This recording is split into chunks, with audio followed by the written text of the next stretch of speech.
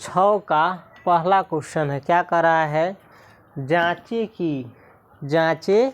कि क्या किसी प्राकृत संख्या n के लिए, प्राकृत संख्या बताए थे 1 2 3 4 5 6 7 8 कहाँ तक? अनंत तक। यही प्राकृत संख्या है। तो उसी प्राकृत संख्या n के लिए 4 के पावर n यानी 4 के पावर n के अंत में शून्य आ सकता है। यानी 4 के पावर कोई प्राकृत संख्या ऐसा मिलेगा जिसको रखने से 4 के पावर n जो है 0 आए अंत में। तो देखिए, हम देखते हैं कि 4 के पावर n है ना, तो बारी बारी से n के जगह पर हम प्राकृत संख्या रखेंगे। 1 2 3 4 5 6 ये सब रख करके चेक करेंगे कुछ संख्याओं को, सारी संख्याओं को नहीं, कुछ संख्याओं को। इसी से पता चल जाएगा कि 4 के पावर n के अंत में 0 आएगा कि नहीं आएगा। तो 4 के पावर 1 बराबर क्या हो जाएगा? शुरू में हम 1 रख रहे हैं, n के पावर 4 के पावर 1 बराबर क्या होगा? 4 होगा। बराबर हम इसको लिख सकते हैं 2 गुने 2 का भाज्य गुणनखंडन करेंगे तो 2 में 2 से गुना करेगा तो 4 आएगा। अंत में 0 आया? नहीं आया। उसके बाद यदि हम 4 के पावर 2 रखते हैं तो 4 गुने 4 हो जाएगा ना। यानी ये को 4 के बदला में हम लिख सकते हैं 2 गुने 2, फिर गुने एक और 4 के बदला में 2 गुने 2। तो 2 दूनी 4, 4 दूनी 8, 8 दूनी 16। इसमें कितना आया है? उसमें 4 आया था, इसमें 16 आया। अंत में शून्य आया? नहीं आया। क्या आया है? 0 आया है। मान के चलो हम 4 के पावर हम 3 रखते हैं तो हो जाएगा 4 गुने 4 गुने 4 हो जाएगा ना।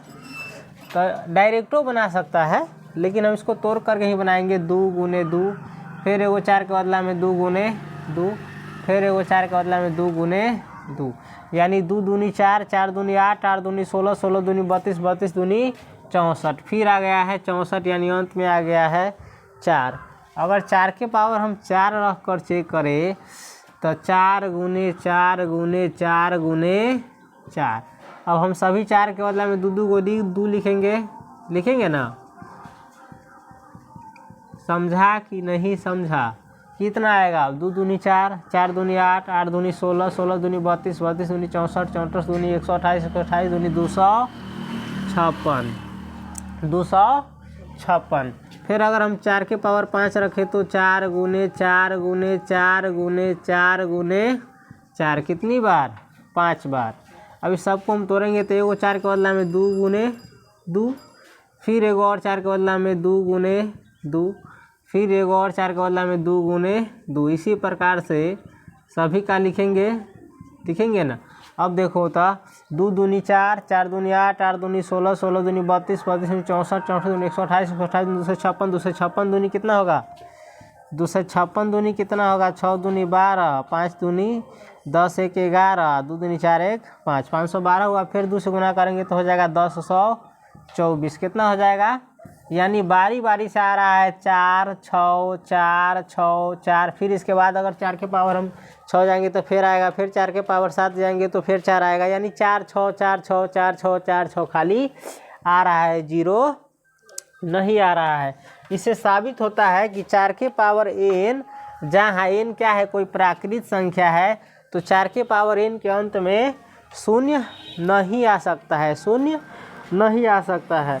इस प्रकार हम पाते हैं कि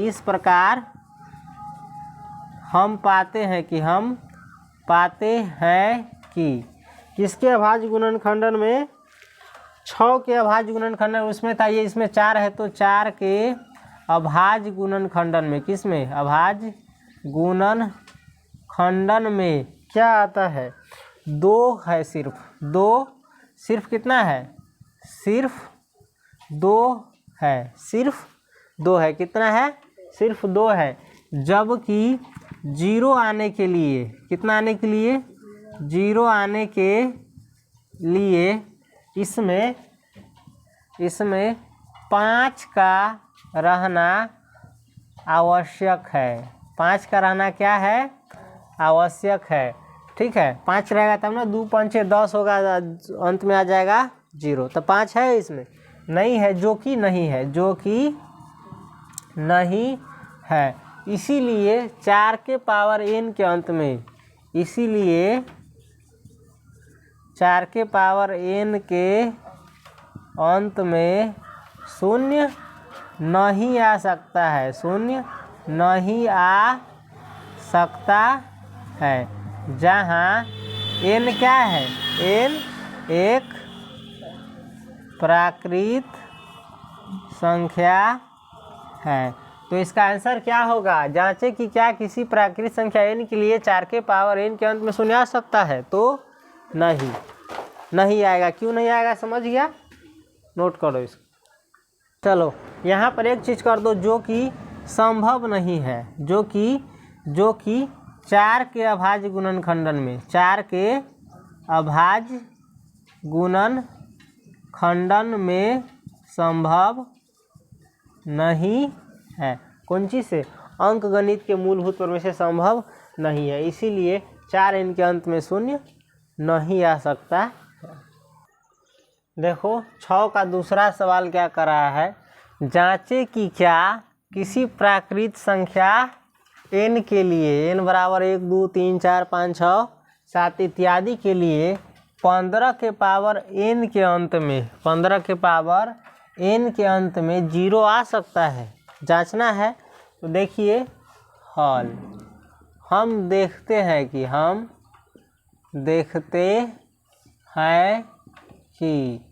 15 के पावर, बारी बारी से प्रकृत संख्या रखेंगे। सबसे पहले हम 1 रखेंगे, तो 15 के पावर 1 बराबर क्या होगा, 15, और 15 को अभाज्य गुणनखंडन के रूप में लिखेंगे तो कितना होगा, 3 गुने 5, 3 गुने 3, 3 गुने 5। 15 को तोड़ोगे तो कैसे लगेगा, 3 से, और 3 बचे 15, अब नहीं लगेगा, यानी 3 गुने 5 के रूप में लिख सकते हैं। तो बराबर कितना आएगा, 3 बचे 15 आएगा, ध्यान रखना कितना आएगा, 15। अगर हम 15 के पावर 2 करते हैं बारी बारी से प्रकृत संख्या लेकर के, तो हो जाएगा 15 गुने 15। फिर से एक को 15 के लिए हम 3 गुने 5 लिखेंगे, और फिर एक 15 के लिए 3 गुने 5, तो कितना होगा, 3 बचे 15, 15 तिया 45, और 45 पंचे 225, 45 पंचे 225। देखो तो अंत में क्या है, अंत में क्या आ रहा है, 5 आ रहा है। अगर हम 15 के पावर अब 3 करते हैं, तब 15 गुने 15 गुने 15, 15 को लिख सकते हैं 3 गुने 5, फिर से 3 गुने 5, 3 गो है तो फिर से 3 गुने 5, यहाँ तक ले 225 था, 225 तिहाई 675, 225 तिहाई 5 तिहाई 15, 2 तिहाई 6, 1 7, 3 दूनी 675 हुआ। फिर 675 में 5 से गुना करेंगे तो 50 25, 7 5 35, 2 37, 6 5 30, 3 33, कितना आया 3300। फिर अंत में क्या आ गया है, यानी 5 5 5 आ रहा है ना, 0 नहीं ना आ रहा है, कितना आ रहा है 5 5। अगर 15 के पावर 4 भी करते हो तो 15 गुने 15 गुने 15 गुने फिर 15, तो यानी 3 गुने 5, एगो 15 के लिए, फिर 3 गुने 5, फिर 3 गुने 5, फिर 3 गुने 5, यहाँ तक था कितना 3375। अगर हम फिर इसमें 3 से गुना करते हैं तो 5 तिहाई 15, 7 तिरी 21, 1 22, 3 तिहाई 9, 1 10, 1 11, 11 के एक हाथ में 1, 3 तिहाई 9 1 10, फिर 5 को बचा हुआ है 5 से गुना करेंगे तब 50 25 के 5 हाथ में 2 2 पंचे 10, 2 12 हाथ में 1, 5 इकाई 5 1 6, 0 के 0, 5 इकाई 5, यानी आ गया हमारा 5625, 5625 कि 50625, 50625। फिर से अंत में क्या आ गया है 5 आ गया है। इस प्रकार हम देखते हैं, इस प्रकार हम देखते हैं कि, इस प्रकार हम क्या देखते हैं, इस प्रकार हम देखते हैं कि 6 यानी 15n के अभाज्य गुणनखंडन में, अभाज्य गुणनखंडन में 15 के पावर n के अभाज्य गुणनखंडन में अभाज्य संख्या कौन कौन है, अभाज्य संख्या कितना है 3 और 5 है, 3 और 5 है, खाली 3 5 ना है, हाँ 3 और 5 है। और फिर अंक गणित के मूलभूत प्रमेय से, अंक गणित के मूलभूत प्रमेय से, अंक गणित का मूलभूत प्रमेय क्या कहता है, किसी भी संख्या का अभाज्य गुणनखंडन जो है एक ही प्रकार से व्यक्त किया जा सकता है, दूसरे प्रकार से नहीं। यानी इसका अभाज्य गुणनखंडन है, खाली 3 और 5 आएगा, 3 और 5 आएगा, 3 गुने 5 के रूप का होगा।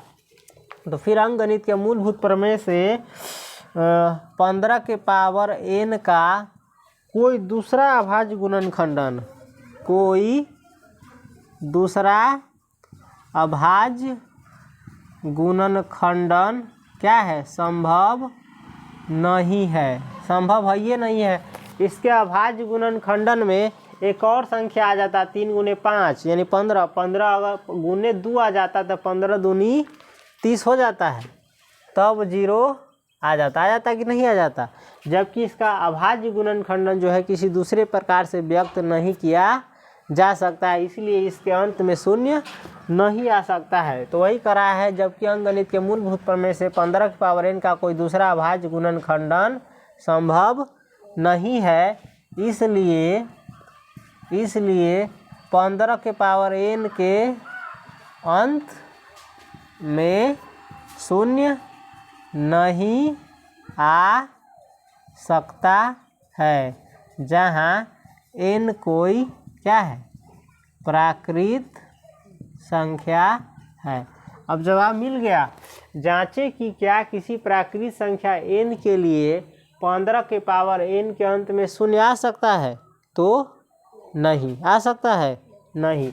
तो ये सवाल यहाँ से यहाँ तक बना हुआ है, ये सब जो है ये क्या है, रफ पर है, करने के लिए किस पर है, रफ पर लिखने के लिए है। समझ गया, चलो समझाने के लिए था, तो इसको नोट कर लो, नोट कर लो, इसको मत उतारना, नहीं तो साइड वाइड गुना सवाल करता है तुम सबको। अब हमारा जो है प्रश्नावली 1 का बी क्या हो गया है, ख़त्म हो गया है। प्रश्नावली 1 का बी ख़त्म हो गया है, इंड हो गया है, समाप्त।